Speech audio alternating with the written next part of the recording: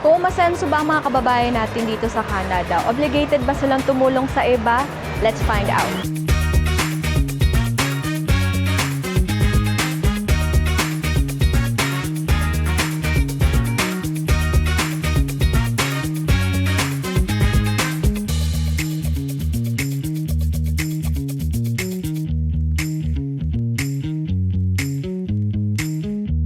Kung nakaangat ka na sa buhay, obligated ka ba na tumulong sa iba at bakit? I think it depends. Depends whether you're comfortable in life, that you're able to give to people that you love or people that around you. To me, I would, because it's a way of giving back. I mean, I think it's part of our culture na rin as Filipinos to give back to our family and the people around us, small or big ways, diba? So I think it depends on what you can and what you have. For me, kasi may mga pamilya ako. Kung nakakaraos ako dito, obligado po akong tulungan sila. And then if ever na may iba na humihingi ng tulong, kung may extra ako, ibibigay ko din sa kanila. Opo. Pag umasenso ka, nasa sayo naman kung gusto mong tumulong eh. Kung ang trabaho mo isang lang ang trabaho mo at nasa minimum wage ka lang, mahihirapan ka. Sabihin mo, hindi ko pa kayang tumulong sa inyo. Dahil ako wala rin. Bawi lang ako pagka ako nagtrabaho, gano'n. Ako nga, tagal ako rito, pero alang asenso. Alaman akong tinapos, pumunta ako rito. Trabaho ko, laborer. Kung saan ako nagtatrabaho. Subukong magtrabaho sa parang pure relator, dyan, sa Migawi dyan ng Lakeshore. Isang container ba na mahaba? Mag-isa lang ako, magpupuno ng mga bagahe noon. Lahat ng mga pinininda, kahon-kahon. -12, pinagpapawisan ako sa loob ng van. Kaya mahirap dito kung hindi ka talaga mahirap ang buhay dito. Sino yung mga taong gusto mong matulungan? I think, firstly, my family, my mom and my sisters. Kahit small things man yan, especially my nephews and my niece, little toys or little things, I think it's important for them to feel na present ako as their family, whether I'm far from them, diba? And also the less fortunate people. Growing up, parang even if we don't have much, we were taught na it's always good to give back, especially out of the goodness of your heart. It doesn't matter kung small or big item ba yan or big grand thing. As long as you're able to give, it feels good for yourself, diba? May mga anak ako, so uunahin ko po muna sila. Well, meron akong natulungan yung kapatid ko noon. Bago ikasal noon, humingi sa akin ng tulong. Sabi niya sa akin, Brad, kailangan ko ng help mo. Siyempre, kahit medyo hirap pa rin ako noon, siyempre, kapatid mo is blood thicker than water. Kaya nga, tumulong ako kahit pa paano. Yun lang ang naano ang kapatid ko na tulungan ko noon.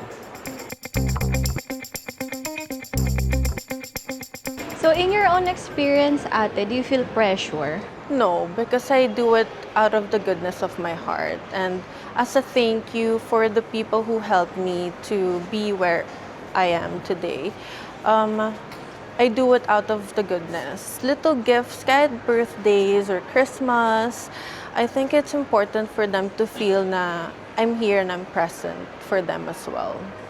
Kasi kung mag-pressure ka sa life, di ba, mahirap talaga, oo. Normal lang naman na maapektuhan talaga yung natin yung emotional. Kasi magpapa-apekto ka, wala namang mangyayari kung ganun.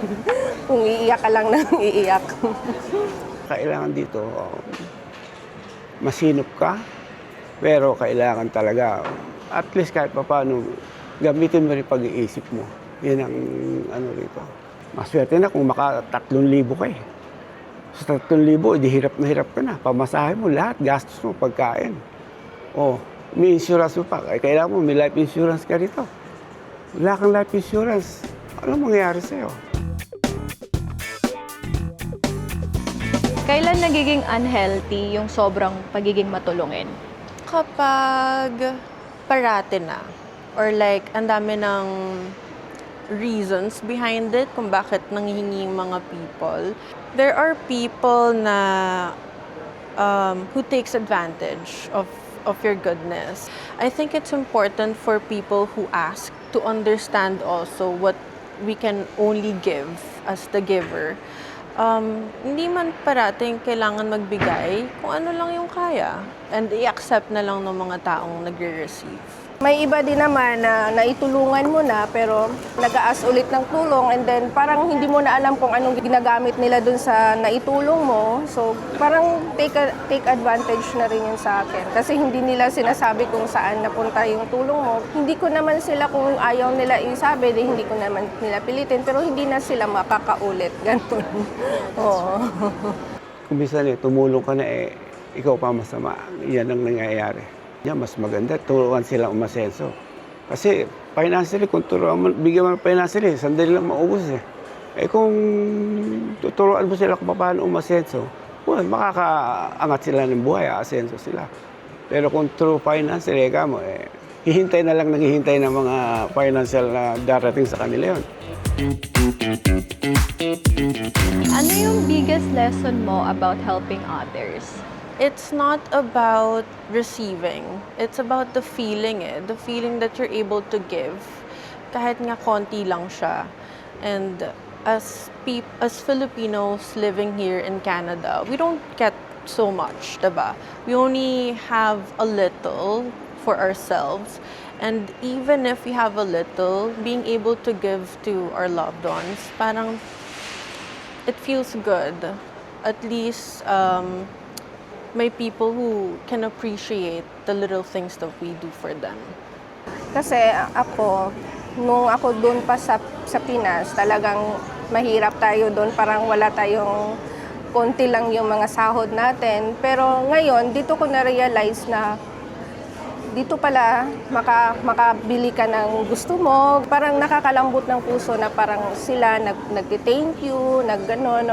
So na-appreciate nila yung tulong ko. Yun yung parang biggest lesson ko na mas maganda, mas magaan yung loob mo pag nakatulong ka sa iba na nangangailangan din. So much better to help other. Hindi sa kalooban, labag sa kalooban. Ang lesson mo dun tutulungan mo, pero pag nakita ka, bali wala, hindi ka pinansin o bali hindi ka nakilala. So, ang takeaway ko naman for this episode, yes, pwede ka namang tumulong kahit hindi ka obligated, pero you have to make sure yung mga taong tinutulungan mo is talagang maganda, may magandang mapupuntahan yung tulong mo. And once na tulong naman na yun, syempre, it's up to them kung paano nila gagamitin yun, right? Pero, yun nga, kung walang-wala ka naman na talaga and kasya lang talaga yung mga sinusweldo mo, I don't think required ka na tulungan sila kasi lahat naman tayo dito may kanya-kanyang pinagdadaanan. Kung ikaw ay nakakaluwag ka naman sa buhay, why not share your blessings, di ba? Hopefully may natutunan kayo for this episode. See you again next time, guys. Bye!